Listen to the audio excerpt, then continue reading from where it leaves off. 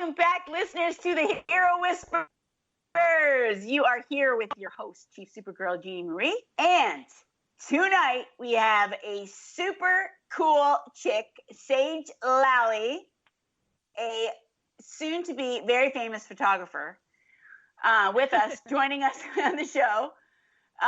But before we let you talk to her and let you hear her amazingness, I want to tell you a little bit about Supergirls in case you're new to the show or the podcast and haven't really heard about us and know what we do.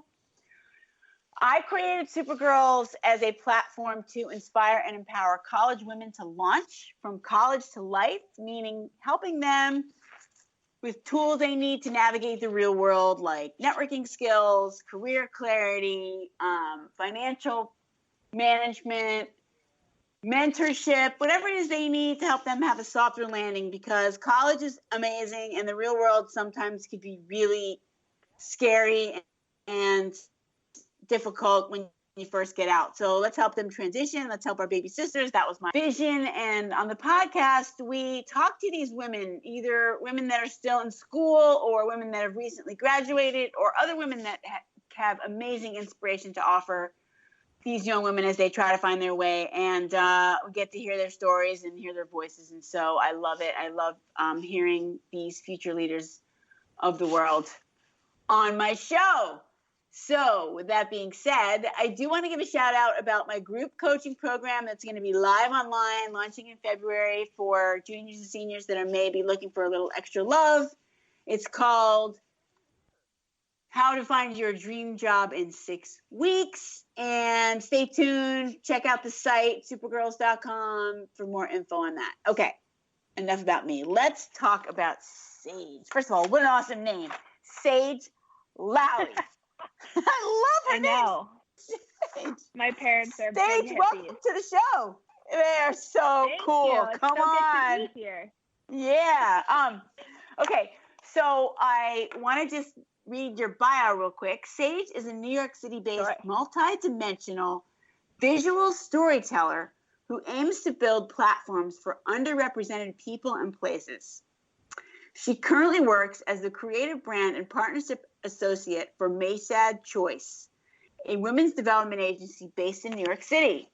Previously, she has interned with photographers Annie Leibovitz and Jordan and has served as photo editor for NYU's newspaper, Washington Square News, and NYU Fashion, girl after my own heart.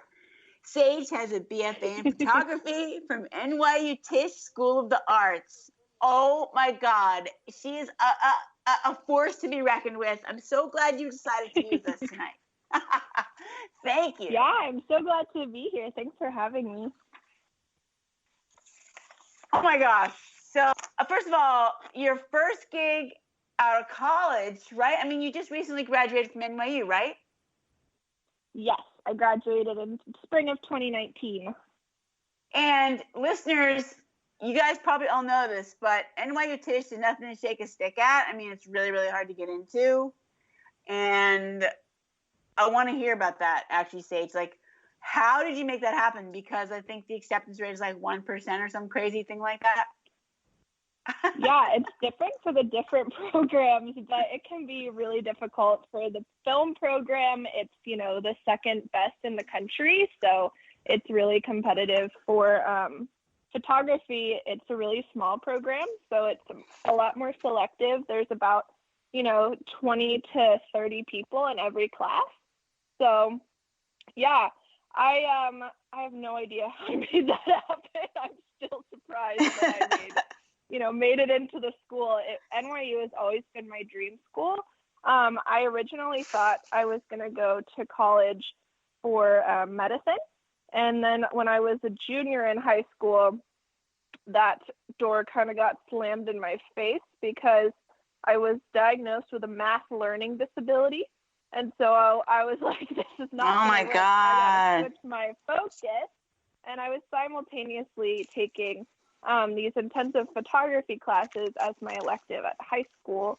So my teacher there was like, you really got to pursue this. Like, you have, a real potential here. So I really quickly changed my focus in the fall of my senior year. and toured a bunch of schools. NYU was still my top choice. What's actually really cool about Tisch is that, you know, even if your grades aren't incredible, which mine were fine, but, you know, I probably couldn't have gotten into Stern with my grades and scores. But Tisch actually decides separately from admissions. So Tisch can actually make a case and be like, you know, you need to admit this girl. So I think that's probably how I got into school, is that Tisch said, no, this girl is worth admitting, despite her lack in math and science. So yeah, that's how I think I got in. Wow. I mean, yeah, but you must be, I mean, you're super talented with the gift of taking pictures and how you look at pictures. And it's always been, I'm kind of really super fascinated by people that can take amazing pictures, because to me, it's like, I just take a picture, you know, I take a picture of what I want to take a picture of, and I don't think about it a certain way. Like when you take pictures, like, you know what I mean? Like, how do you think about it differently that it comes out to be a work of art versus just a picture on my iPhone? You know what I mean? Sure. Yeah. I know you can't answer that in like two. I know you can't. Sure. It'd take a lot longer than 20 minutes to answer that question. Yeah. No, it's almost like asking someone, you know, how they brush their teeth. It takes you a second. You're like, I just brush my teeth. But like, everyone has a unique way of brushing their teeth. So at the end of the day, it's like one of those things that's so natural to me that it's hard to explain. So that's why I probably wouldn't be a good photography teacher.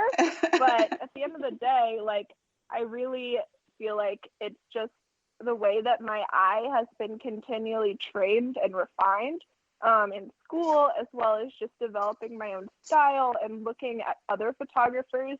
That's a great way to improve your photography, is just get really inspired by some, you know, really incredible photographers of our time. I'm a huge fan of Sally Mann. That's one of my biggest inspirations. Obviously, Annie Leibovitz is one of my big ones too.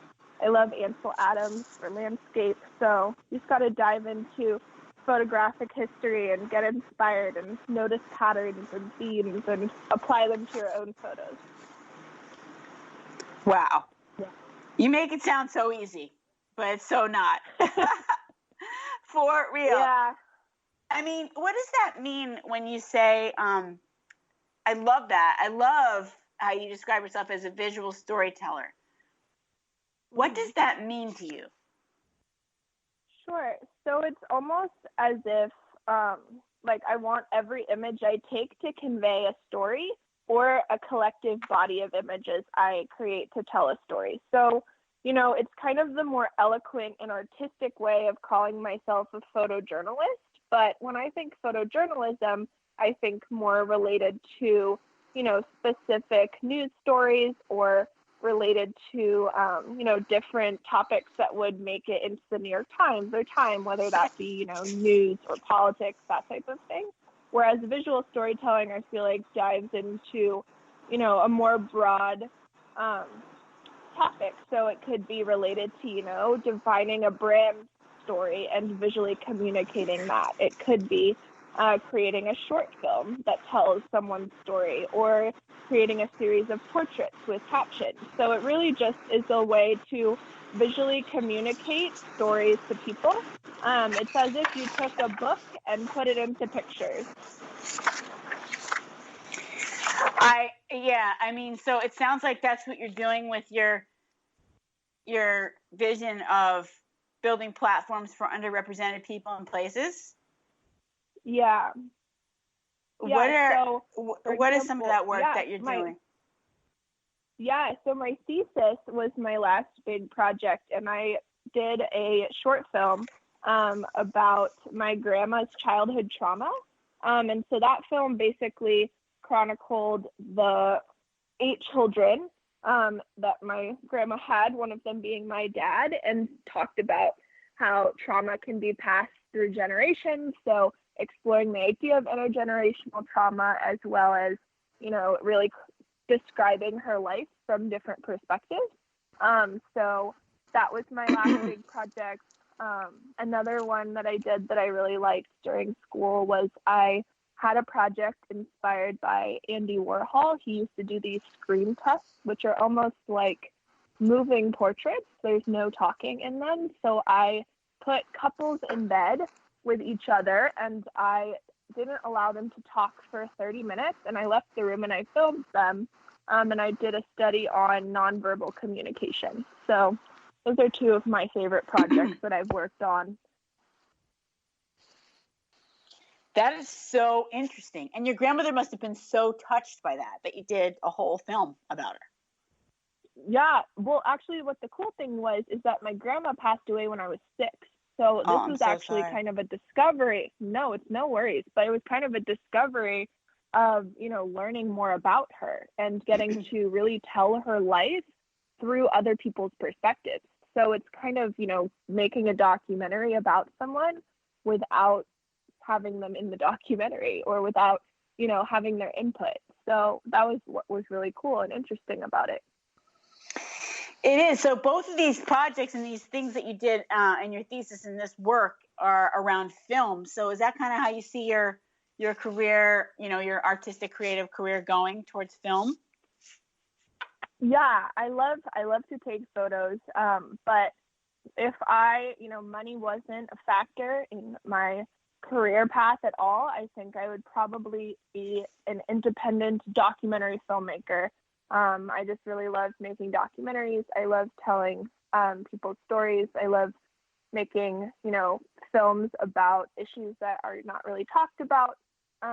So yeah, I love, just all types of media. I don't know if I've ever tried something creative that I haven't liked. I've certainly tried things creative that I'm not good at, especially pottery, but I'm open to any creative thing. So photography, video, however the story is best told, I'm open to it. I mean, that person that was a huge blessing that you didn't go into medicine. Not saying that you wouldn't have been a fantastic doctor, but look at this. Oh, I would have been a horrible doctor if I can't do math and science. I'm glad I didn't do it. Ooh. I mean, but isn't that crazy though? Like I thought I wanted to be a doctor too, because I always did well in school and I loved people. But then when right after I took biology and chemistry, I was like, there's no way I'm doing this for like at the college level. Not happening. Right? Yeah. So we both escaped that future. Yeah, we escaped it. But I love the idea of being a documentary filmmaker. I mean, that is so inspirational. And it's like, who are these people that do this? And how do they sustain, their lifestyle? I mean, they get people to produce, right? They just inspire certain people to just produce the films. So I'm assuming, it's outside funding. But, well, I'll find out one day, maybe. Well, let's talk about where you are now, because, I mean, for your first gig out of college, I think it's super cool and inspiring that you're working with these guys. Sure. I love my job. I work for a women's development agency called Mayshad. I do creative marketing and sales and partnerships for them. So what Mayshad is that they're basically, a women's networking app and events and network. Basically, they're there to help women accelerate their growth process professionally. So, we just believe that, women's empowerment is not like limited to just networking. It can be, our connection on a human level. So we just try to really connect with women and see what their needs are and just really, promote them and accelerate them into the next stage of their life. So we have, a really big network of around 10,000 women. Our tech platform's about to launch in a couple weeks, which is going to be really exciting. So it's a